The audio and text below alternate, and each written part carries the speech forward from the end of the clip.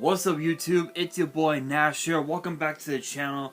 Now before we get into today's random WWE topic video, guys, we are literally now officially 25 subs away from 200. We are drawing closer and closer and closer and closer to the goal of 200.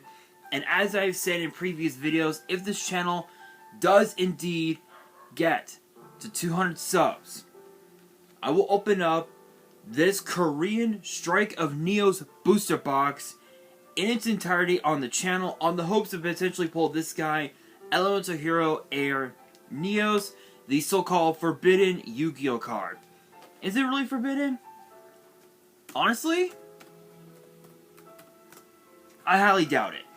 If this channel gets to 500 subs, I will open up this Korean LOB booster box in its entirety that I got from my partners over at Collector Store. So be sure to check them out. Link and address will be in the description below. By checking out their website and their physical store, not only does it support them, it also supports the channel, and I would greatly appreciate it.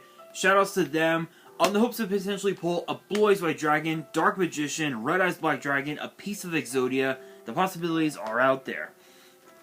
However, if this channel gets to 1,000 subs, I will open up this first edition Toon Chaos box in its entirety on the channel, on the hopes of potentially pull my second ever collector's rare.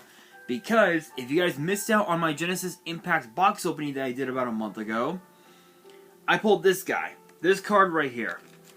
A collector's rare Beat Cop from the Underworld that I will be getting graded at some point.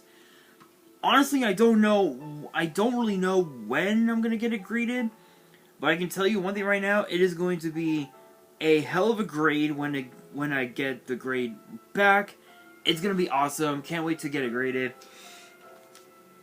So if you guys want to see those boxes get opened, maybe you guys want future episodes of WWE's Biggest Issue, maybe you guys want more episodes of Yu-Gi-Oh's Biggest Issue, deck profiles, card discussions, WWE topic videos, or maybe even some premium live event predictions and results. Well, if you guys want all of that and more, my channel is the place to be. So if you guys have not done so already, be sure to subscribe to the channel, turn on the notification bell, smash that thumbs up button on this video, and be sure to follow me on all of my social media. My ads will be in the description below, as will the info to my fan mail. It will also be in the description as well. And I want you guys to post in the comments below, answering the question of the day, which is this: who should be the one to take the United States title off of Austin Theory? Because for today's video, I'm going to be talking about the possibility of a new faction on SmackDown featuring said Austin Theory and the former NXT Tag Team Champions Pretty Deadly, Kit Wilson and Elton Prince. So let me know down in the comments, and let's get straight into it. So obviously we know that Austin Theory was a part of two different groups. The first one was actually actually three separate groups. The first one was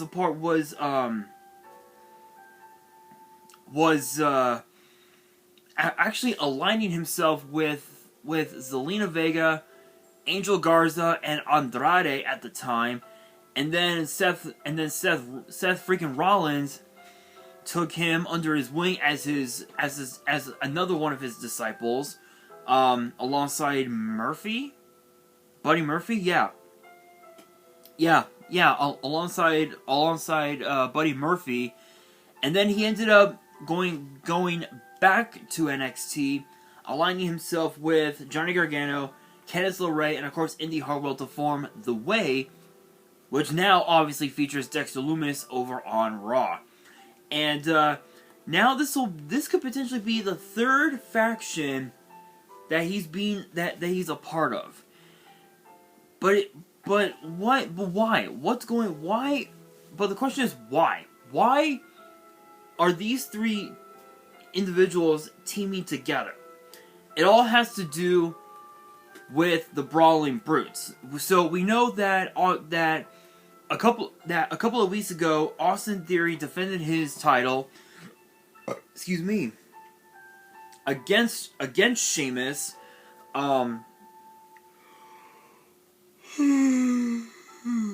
Excuse me. And it actually ended in controversy when we saw Pretty Deadly help Austin Theory retain the title against Sheamus, even though we had the Brawling Brutes help out Sheamus. It didn't work out so well.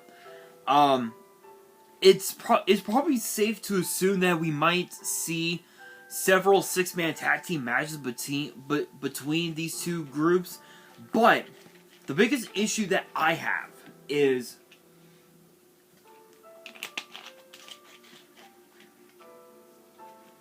Austin Theory and his ego. When it came to Johnny Gargano, he was always willing to cast his pride aside and just put his focus on Johnny Gargano and the NXT North American title. And even also Candice LeRae and Indy Hartwell and the NXT Women's Tag Team titles, which we found out not this week, but next week on SmackDown. We're going to have ourselves a tag team title unification match, which, why, I don't fucking know. It doesn't make sense, but it is what it is. However, WWE has yet to go so far as to have both Theory and Pretty Deadly talk about being in a group, but creatively speaking, it makes sense. Because right now, aside from Roman Reigns, Austin Theory is one of the biggest heels we have right now on SmackDown.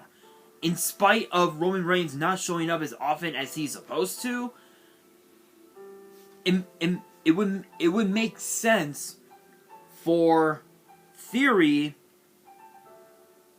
It would make sense for Austin Theory to align himself with a popular heel tag team such as Pretty Deadly, because people forget they had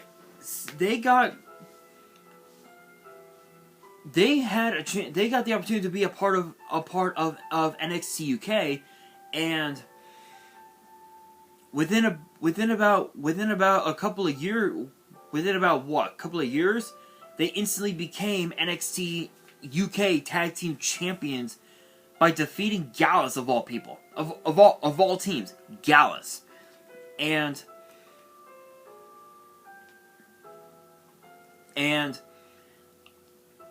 for them to be aligned with a champion like Austin Theory, it would make sense because for one, Pretty Deadly has earned rave reviews behind the scenes for their work. You know, for what they've done. You know, not just on NXT, not just on NXT UK, but also on NXT and also being promoted to being on the main roster as part of the 2023 draft. And it could help them elevate. It could help them get elevated from where they're at now to main event status and potentially challenging for the undisputed tag team titles, which are now currently being held by Kevin Owens and Sami Zayn, who we saw this past Monday on Raw retain the titles against Imperium's Ludwig Kaiser and the Intercontinental Champion Gunther, which, that was a hell of a match. That was an instant collapse. You guys want to talk about KO and Sami against the Usos being an instant classic at WrestleMania? That match right there, what we saw on Raw, has the makings of a potential. It had the makings of a potential WrestleMania main event, right there.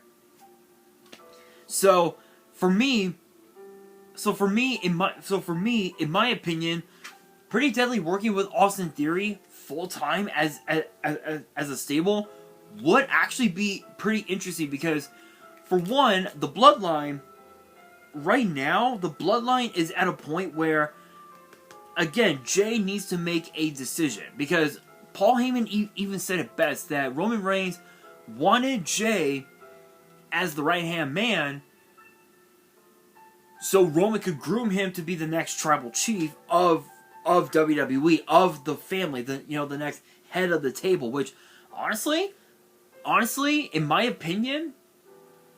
honest opinion, I truly believe that no matter what Jey Uso does, I think the fans are going to be okay with it because if he stays with Roman Reigns and he becomes the next tribal chief, that means Paul Heyman will be out of the Bloodline, Jimmy Uso will be back in the Bloodline, and as far as what Jay will do with Roman, there's no telling what can happen. So, but if he decides to stay with Jimmy, I don't know. That actually right there is an interesting question. What would happen if, Jay left Roman for Jimmy? That right there is a good question. The possibilities are pretty much out there, but it ties with this. If Jay sided with Roman, and Theory were to call out Roman Reigns, that right there would have the makings of an incredible 6-man tag. Pretty Deadly and Theory against the Bloodline? Come on, really? I can even go so far as to say that we might see the Bloodline versus the Judgment Day for all we know. Although there have been rumors of Finn Balor being kicked out of the Judgment Day and being replaced with JD McDonough, which it's not the worst idea I've heard, but I mean it's logical, I guess, but who knows. But again, I will say this. I will say this. You have former NXT UK Tag Team Champions. You have former 2-time NXT Tag Team Champion. Actually, let me rephrase that. You have literally the only team in WWE to hold both the NXT and the NXT UK Tag Team titles twice. No other team has ever done that before. Not one team has ever done that before. Not even Gallus. And so that right there is just history on its own.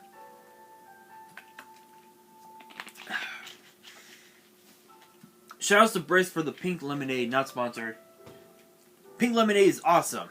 Don't add me in the comments. Best juice drink ever. Don't add me in the comments. Anyway, and what's even more interesting is that Pretty Deadly, they've only been a part of the main roster for only like a month, maybe a month, at least like a month and a half, and what I find unique about Pretty Deadly is that these guys know what they're doing. When they had their first victory in WWE on NXT UK, as I will look it up on my phone. Give me 1 second. First NXT UK victory.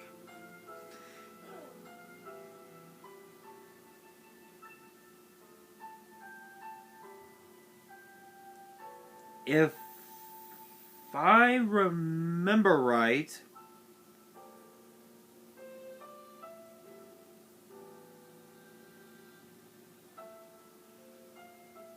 if I remember correctly, I think their first victory...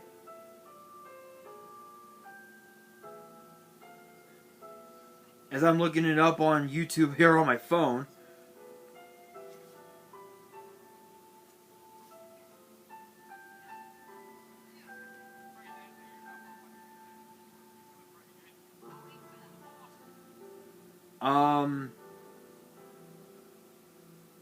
I don't remember when that was. I want to say it was like...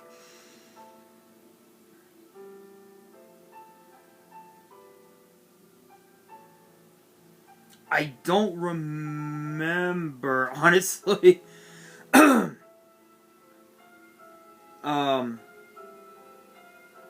it's been quite some time. But anyway,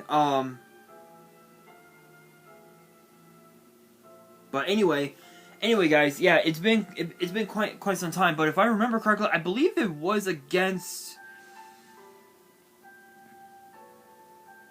If I remember correctly, I think it was like, who was it? Kenny Williams and Amir Jordan. I think it was who they beat, and then from that point forward, they just like rose to they instantly rose to mega stardom. So to main event stardom, like within just from that first match. I will say this. Again, as I said, Theory working with or rather the other way around. Pretty Deadly working with Theory would make sense. It would help Pretty Deadly establish themselves as one of the top heel tag teams in WWE, and it could help them rise from where they're at now to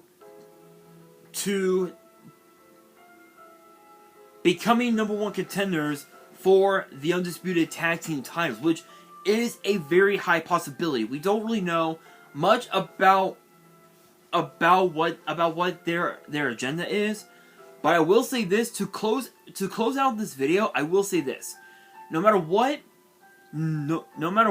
they do, no matter what Austin Theory does, no matter what Pretty Deadly does on SmackDown, I can guarantee you that Austin Theory is going to take the United States title and do the exact same thing that Gunther did for the Intercontinental title when that title was on SmackDown, and make it the workhorse title, make it the #1 title on SmackDown, because of the fact that Roman Reigns doesn't show up as often as he's supposed to. So I could definitely see that. I can see Pretty Deadly becoming tag team champions at some point. But it all becomes a matter of when and how they can make that happen. But we do know that they're going to be a part of a gauntlet match where the winners would face Owens and Zayn for said tag team title. So that right there could be the big break that they need.